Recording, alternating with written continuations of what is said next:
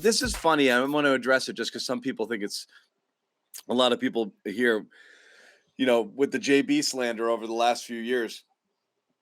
It is pretty interesting, if not, flat out foolish to have thought some of the trade scenarios that we'd considered or had been thrown around regarding Brown, one of them being Beal, which I never got fully at all. Yeah, and me neither. and again, I'm going to tell you, even though everyone thinks I'm president of the JB Slander fan club, I was 10,000% against trading him for Durant on record here on social media, every show that we did. No. How do you guys feel about that now?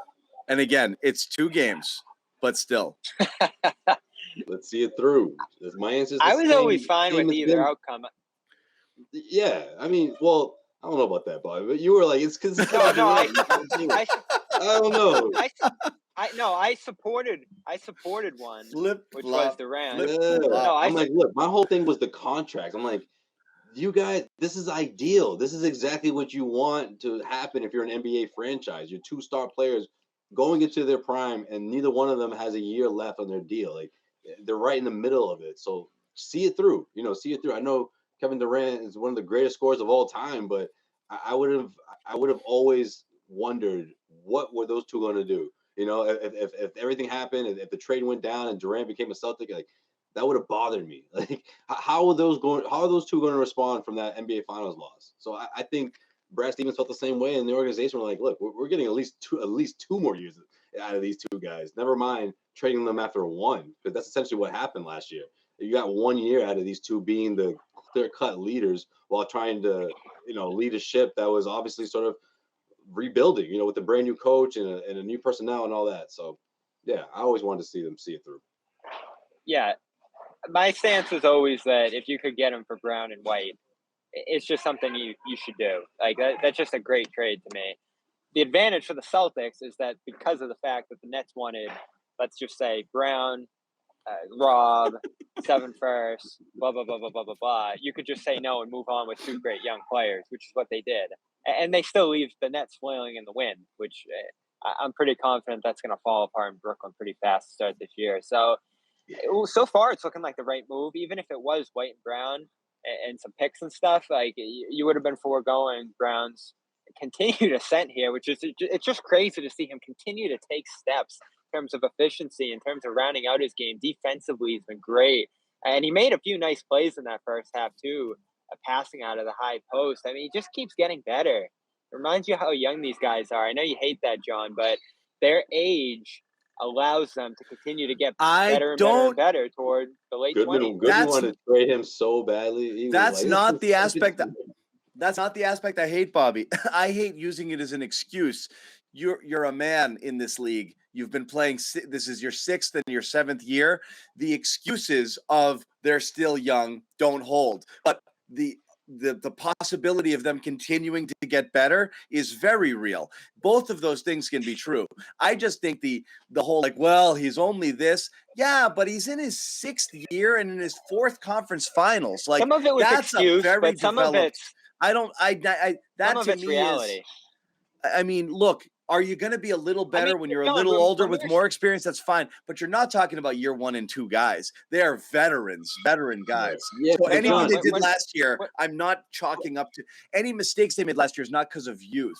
That's what I know, back. but when we're sitting there saying, "Oh, do we need to blow this up?" It was premature because of the fact that they were young, and the immaturity solves itself over time, and they get better in their games, and they get more mature on the floor in terms of decision making and stuff like that. That's where it was just a reality. It wasn't an excuse. It was just the fact that they're younger than a lot of guys entering their primes. And this is why. What age do guys usually win their championship at?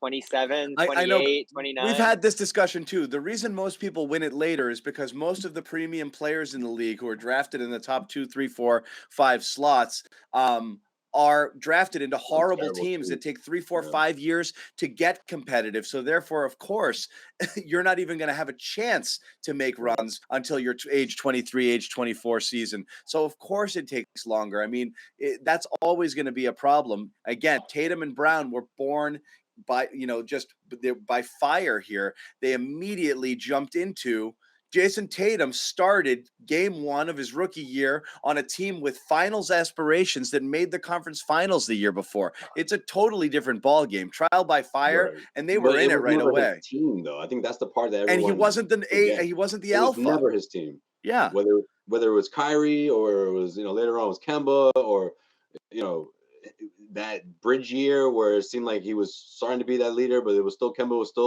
he was still in the fold, even though he wasn't 100%. And then it was last year was the clear cut. Okay, this is Tatum and Brown's team, and they're gonna have to try to figure this thing out with a brand new head coach who holds them accountable. And obviously, we all know what happened. There was growing pains in the first few months, but I think regardless of what happened in the NBA Finals, and regardless of how people feel about the way they got there, I don't think anyone was saying, "Oh, there's no way these two can get back there."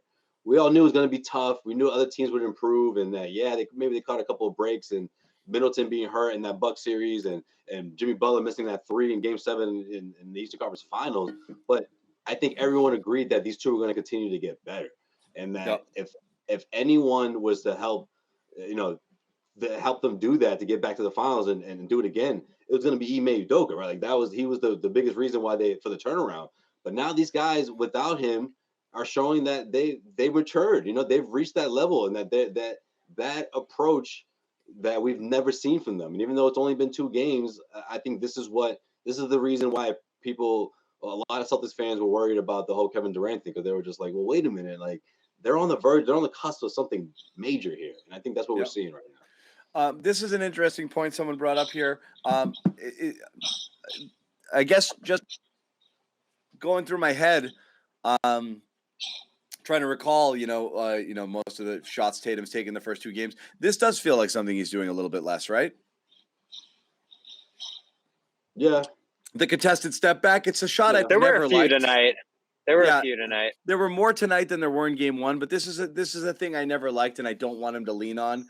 And I don't want him to use. I understand shot clock going down and you've got the ball in your hands and you got to create. That's fine. I don't like it early in the clock. I don't like it when you hold the ball for 10 seconds and that's the shot you settle for. Definitely holding the ball. Definitely held the ball a little longer tonight at times. He had that one situation. Who was on him when he turned it over in the fourth quarter there? It was a crowd, but who was it? It was a smaller defender. He was way up from the 3-point line, but he looked like he really just wanted to set him up and shoot over the top, and he turned it over there. He had a couple turnovers trying to hang on to the ball a little too long tonight, but for the most part, I'm not seeing as many of these. Yeah. More mid-range, more floaters, more directly to the basket. And the difference this year, what happened last year in the finals? What happened last year? I mean, definitely in the finals. Tatum shot like 27% from 2 or something like that. He could not finish at all. Yeah. A lot of settling. You guys remember. He set up a lot of 3s. His 3 percentage, I think, in the finals was 39%. He just couldn't hit a layup. Vincent. It was Gabe Vincent. Yeah. Gabe Vincent, he was good tonight. I don't know, though. I'm just not thrilled with Miami here. They had a good year last year. I think they might be on the way down. As much as Phoenix gets talked about as a team that's obviously on the way down, even though they won opening night, good comeback. This Miami team, to me, they've relied on a lot of bench guys punching above their weight over the last couple of years here. Butler, we talked about, Bam. A little more aggressive early, but not as great as the game went on there. So, again, you're saying Josue, these are 2 of the better teams in the East. That's a great point. Maybe the Celtics are head and shoulders above some of their top competition in the East. Milwaukee aside, we still got to see them. The real challenges are, of course, out in the West. And I'm interested to see what they're going to look like against the Warriors and the Clippers and some of those groups, Dallas, Phoenix. But the East, it's looking early on at least like the Celtics are every bit deserving of their status as the favorites in this conference, or at least right up there with anyone else. I was just curious how it was going to work with the lack of big man depth, getting beat up on the glass, not being able to defend with the same kind of freedom that they had last year without Robin there. I just thought you'd have a lot of games where, and possessions where you might play 22 good seconds of defense and then the other team just gets, just kills you on the glass, cleans up offensive boards, putbacks, second chance opportunities. It just takes the wind out of your sails when you do that. The offense is playing at such a high level right now. They can live with the defense being, 10% worse than it was last year, 15% worse, because they're just functioning at a higher level.